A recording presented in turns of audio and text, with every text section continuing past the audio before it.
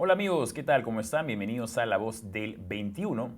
Yo soy Francisco de Pierola y hoy vamos a conversar con el señor Juan José García, director de Contribuyentes por Respeto. Juan José, ¿qué tal? ¿Cómo estás? ¿Qué tal, Francisco? Gracias por la invitación. Muchas gracias por acompañarnos. Bueno, el pasado domingo 3 de enero se publicó un decreto supremo sobre la información bancaria que las entidades financieras deben brindar a la SUNAT. Esto ha causado bastante polémica. ¿Por qué ha sido tan polémico esto acá? Bueno, ha sido polémico por varias razones, pero antes de explicar por qué es polémico, primero hay que entender las razones detrás de este cambio regulatorio, ¿no? O sea, detrás de este cambio hay dos razones. La primera es que desde el 2014 los países de la OECD acordaron intercambiar información financiera y tributaria para luchar contra la evasión y la ilusión, cosa que está bien. Pero desde el 2018 se volvió obligatorio. Como el Perú está tratando de ingresar a este club, hemos hecho este cambio. Y en segundo lugar, la segunda razón es que claramente quieren recaudar más, sobre todo en este contexto de crisis sanitaria y económica. De hecho, el mismo ministro Waldo Mendoza ha dicho que quiere incrementar la presión tributaria del 14%. Entonces, creo que esta es una segunda razón bastante evidente, ¿no? Ahora lo que tenemos que preguntarnos es si es que es buena idea implementar este cambio y darle estos poderes a la SUNAT, ¿no? Para lo cual creo que hay que considerar cuatro puntos.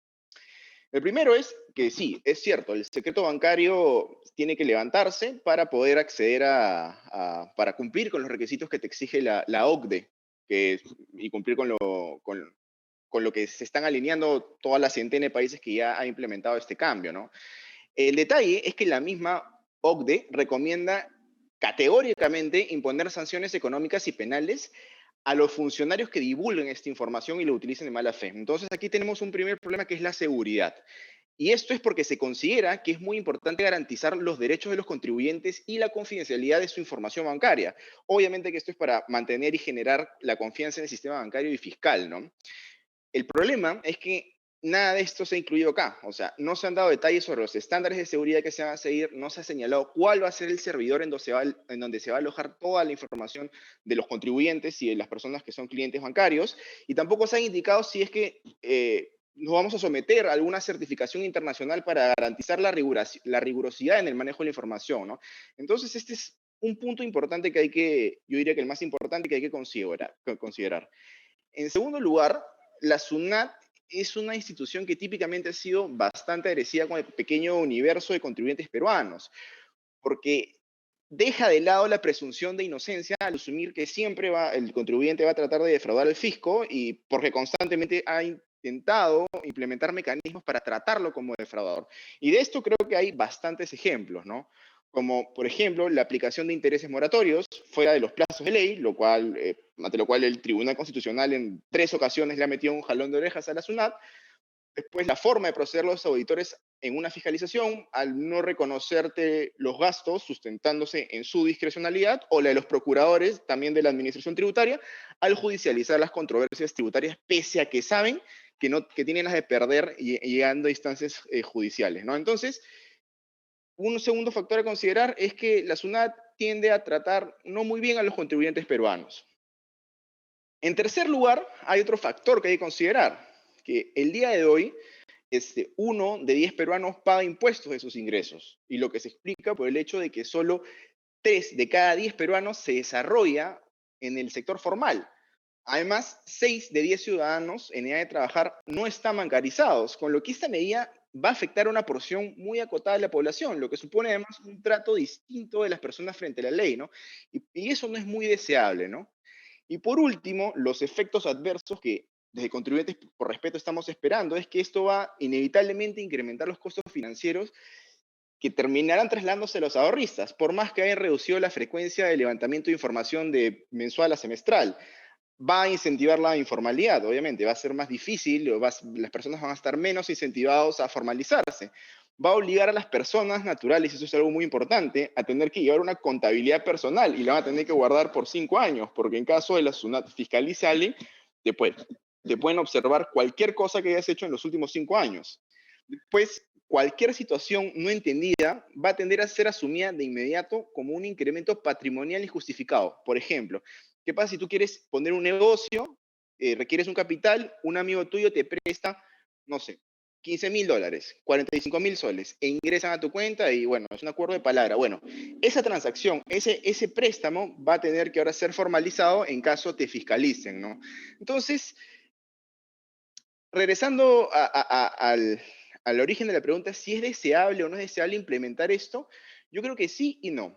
Sí, porque definitivamente luchar contra la elusión y la evasión tributaria es algo deseable en un país, pero creo que hay que primero ajustar ciertas tuercas en la economía antes de pensar en implementar algo tan severo como esto. Como por ejemplo, reducir la informalidad, que creo que es el punto medular, ¿no? Y asegurar, dar las garantías a los ciudadanos de que la información va a ser tratada con el mayor cuidado posible, ¿no? Yo creo que por ahí va el tema, ¿no? Mencionaste que una de las medidas o un poco los deseos de querer establecer esta norma es ser parte de la OCDE. Mi pregunta es, ¿cuál es la situación actual de los países de la región, los países semejantes a nosotros? ¿Cuáles son las leyes que tienen ellos para ver si son semejantes a las nuestras o no? Bueno, en la región hay quienes han implementado el levantamiento del secreto bancario. Bueno, tienes a Uruguay, tienes a Chile, tienes a Colombia y tienes a Honduras. Después nosotros, que somos países que estamos aspirando, hemos aplicado a la a la OCDE, estamos cumpliendo con todos los lineamientos, o estamos tratando de cumplir con todos los lineamientos que te exige este club selecto de países, ¿no? Entonces, uno de ellos es el compartir información financiera y tributaria a nivel internacional, ¿no? Entonces, para Ujú. poder compartir ese tipo de información y para poder cruzar información entre países, que son acuerdos bilaterales que se tienen que firmar, claramente es necesario que la autoridad tributaria tenga y pueda levantar el secreto bancario. Entonces, esto es una ola regulatoria que viene y está afectando y la están implementando muchos países, lo cual hasta cierto punto es deseable, ¿no? Pero como te digo, el detalle aquí, creo que los dos puntos más importantes a considerar son, uno, la información que vaya a manejar la SUNAT va a ser tratada con el mayor cuidado posible y siguiendo los estándares internacionales, o los contribuyentes y los ahorristas vamos a darnos expuestos a que esa información se filtre y estemos expuestos a una extorsión o a personas indeseables. Y en segundo lugar, ¿cómo vamos a hacer para reducir el nivel de informalidad, ¿no? Que finalmente la informalidad viene de la mano con evasión y elusión tributaria? Y creo que antes de tratar de acotar a un pequeño universo de contribuyentes, primero hay que tratar de generar los incentivos para que más personas se sumen a la formalidad. Y acá hay que entender un tema muy importante. O sea, las personas y los empresarios no es que se levantan en la mañana y dicen, tengo ganas de ser informal y tengo ganas de trabajar en el mercado negro. Si la gente es informal, es porque sencillamente es muy caro ser formal. Y creo que ahí hay que trabajar bastante. Bien, una de las quejas también ha sido que esta medida es considerada inconstitucional porque viola el secreto bancario. ¿Consideras que es inconstitucional? En todo caso, ¿cuál habría sido el mecanismo apropiado para establecer correctamente esta norma? Bueno, eh, yo soy economista, yo no soy constitucionalista, pero según he leído, este cambio tiene visos de inconstitucionalidad.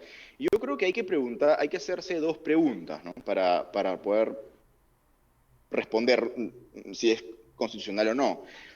Si con esta norma se logra efectivamente reducir la evasión y el lavado de activos, o existe otra norma menos invasiva para lograr dicho fin.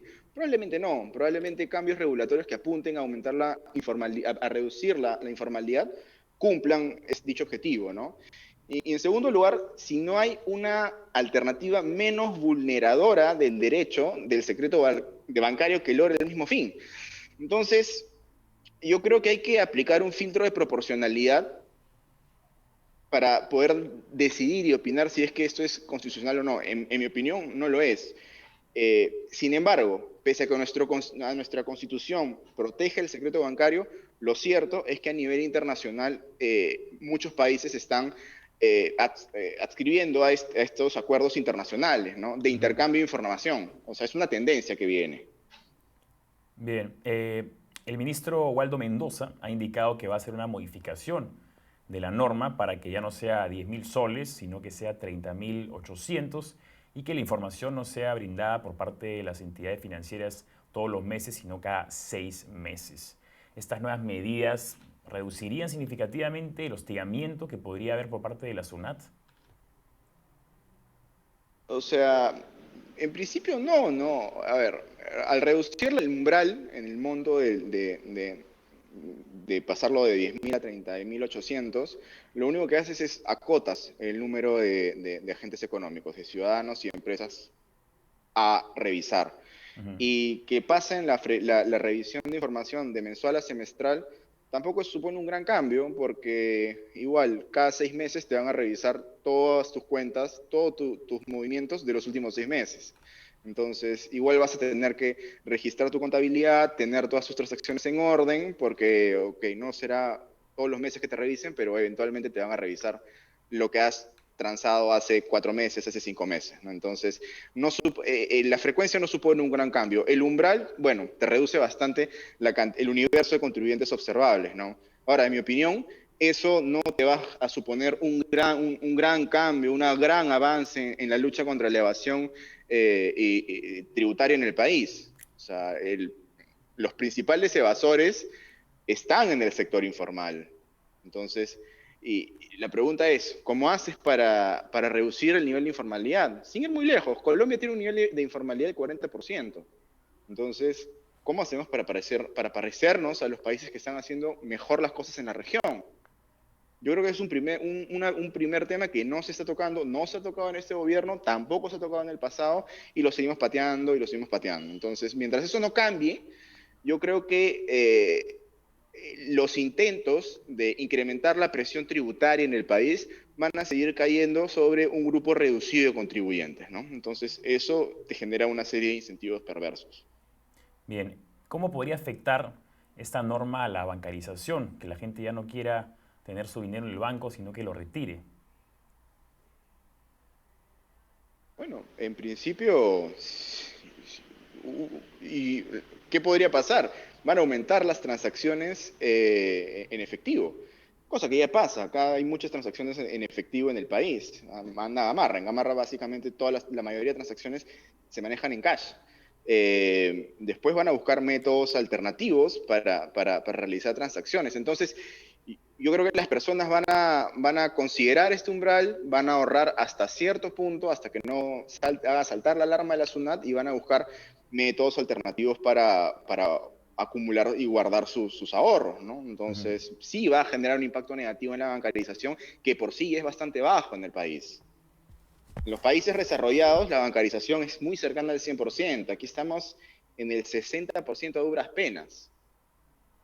Bien, mencionaste que la mayor parte de la evasión y la ilusión está en el sector informal, pero hablando del sector formal, ¿cuál es la situación de la elusión y evasión de impuestos? Y si en todo caso esta norma realmente va a tener un efecto para poder luchar contra esa situación. Bueno, en el sector formal, claramente sí, sí van a haber cambios, ¿no? Por ejemplo, bueno, te pongo un ejemplo que conozco, que no es peruano, pero es algo que sí está pasando en otros países, ¿no? Desde que se implementó este acuerdo impulsado por los países de la OSCE, sí han habido casos en países desarrollados en donde se han sancionado intentos de evasión tributaria. Por ejemplo, a principios del 2019, eso es un caso famoso, el UBS, que es el banco más grande en Suiza y es de hecho el mayor administrador de patrimonios del mundo, le recibió una multa de 4.500 millones de dólares por ayudar a ricos de Francia a evadir sus impuestos, ¿no? Entonces, sí, sí es evidente de que también en el sector formal vas a lograr luchar contra este tipo de agentes económicos que lamentablemente infringen la ley, ¿no? Eh, yo creo que también hay que entender cuál es el origen del secreto bancario. O sea, hay un origen histórico detrás de esta norma, ¿no? El origen bancario nace formalmente antes de la Primera Guerra Mundial, cuando Suiza, un país que estaba, competía, de hecho no tenía acceso al mar, era un país en ese momento que no era el centro financiero, para competir con otros centros financieros de la época, como eran Berlín, como era París, como era Londres, puso este secreto bancario para justamente atraer capitales y evitar que estos capitales paguen impuestos en la carrera armamentística de esa época. Entonces, ahí es donde se nace el concepto de secreto bancario y luego se formaliza. De hecho, después de la Segunda Guerra Mundial, cuando Alemania pierde, Estados Unidos le exige a Suiza levantar el secreto bancario para poder revisar las cuentas. Suiza se negó, de hecho, lo legalizó, hizo que cambió su normativa, incluyó que cualquier persona, cualquier agente que viole el secreto bancario en Suiza va a enfrentar cargos penales. Obviamente los alemanes pagaron patos, a ellos sí le dieron toda la información a los aliados, pero ese es el origen histórico, ¿no? Entonces sí hay un background de elusión y evasión, ¿no? Entonces, como te digo, luchar contra la evasión y la ilusión de impuestos está bien per se. Ahora, eso estamos hablando de hoy, en la actualidad, los países desarrollados los pueden implementar sin problemas. La pregunta es, nosotros, que somos un país con serias fallas institucionales, ¿tenemos la capacidad para implementar y manejar prudentemente este cambio regulatorio? Yo creo que no. Yo creo que todavía no estamos preparados para manejar un tema tan delicado. Ojo que estás hablando de la información financiera de decenas de miles de contribuyentes, de personas que van a hacer una transacción y si se filtra información y cae en manos de criminales, bueno, te pueden esperar en la salida de un banco para atracarte.